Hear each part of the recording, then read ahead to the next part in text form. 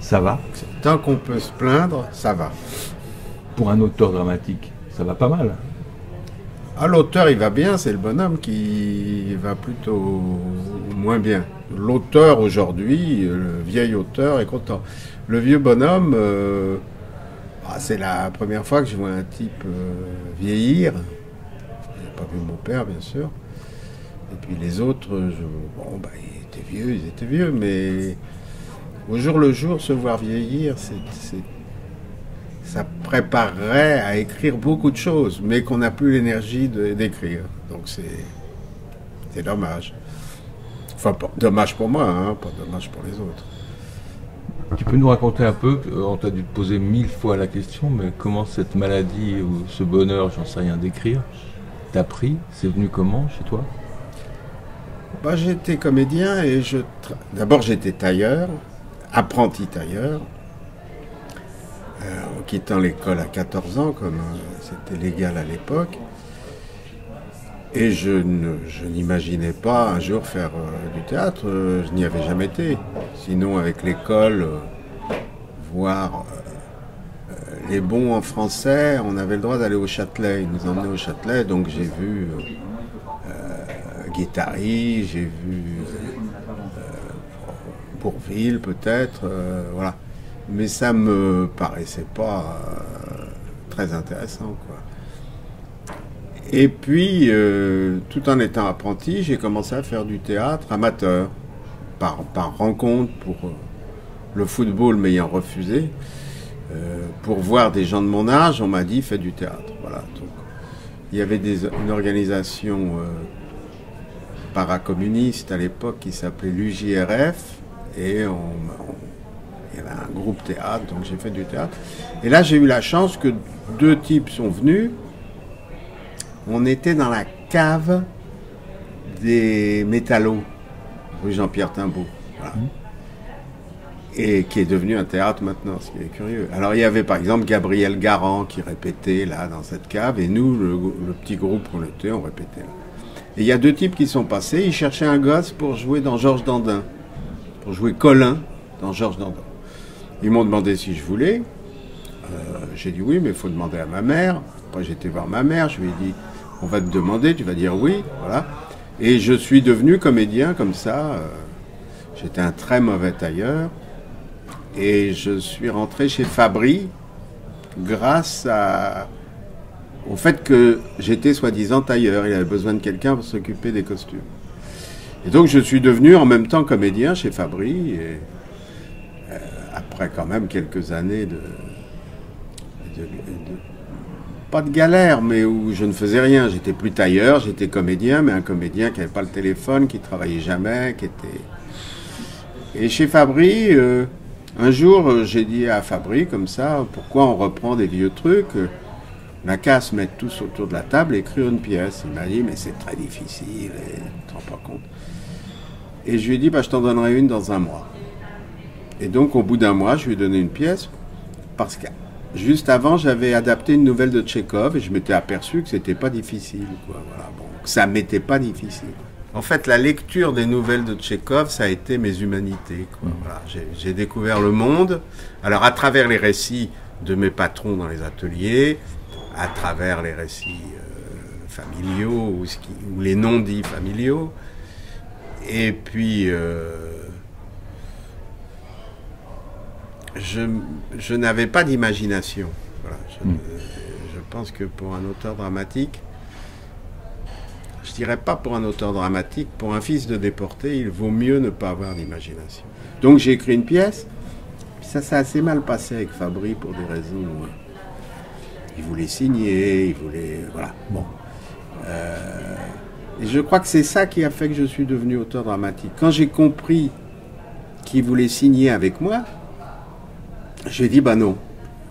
Moi, j'avais proposé qu'on fasse un truc en groupe. J'ai fait un truc tout seul. Et donc, il ne l'a pas monté. Et puis, j'ai continué à écrire. Et là, il y a eu un épisode, un deuil. Voilà, un deuil très proche. Un bébé. Voilà. Et j'ai écrit une pièce qui s'appelle Chez Pierrot, 2-3 nuits après. Voilà. Et je me suis aperçu qu'on n'écrivait pas comme les comédiens. Moi, j'étais prêt à jouer n'importe quoi pour gagner ma vie. Mais qu'on n'écrivait pas pour gagner sa vie. Qu'on écrivait pour s'exprimer. Qu'on écrivait pour dire sa douleur, sa rage, sa colère, sa joie. Voilà. Et après, je ne pouvais plus revenir en arrière. Voilà. Et donc, j'ai continué à écrire sans être monté pendant pas mal d'années. Et puis, il y a eu une rencontre déterminante. Je faisais un petit rôle à la télé. Et le réalisateur m'avait pris parce qu'il savait que j'écrivais. Voilà, et que j'avais du mal. Voilà. C'est un type très sympa. Et c'était un texte épouvantable. On tournait ça à Biscarrosse, dans la salle de l'ordinateur qui prenait... voilà, un ordinateur, c'était toute la librairie, quoi. Et donc, ils avaient tous du mal à apprendre le texte, qui était uniquement technique et informatif. C'était une des personnes qui dirigeait la télé, qui avait écrit le texte. Et alors, à un moment, il me dit, toi qui écris, tu pourrais pas arranger une ou deux répliques. Alors, je lui dis, non, on n'a pas le droit, les droits d'auteur, machin, truc. Et à la fin du tournage de l'après-midi, il y a un type avec un physique magnifique et tout, propre sur lui, qui s'approche de moi et qui me dit, qu'est-ce que t'écris?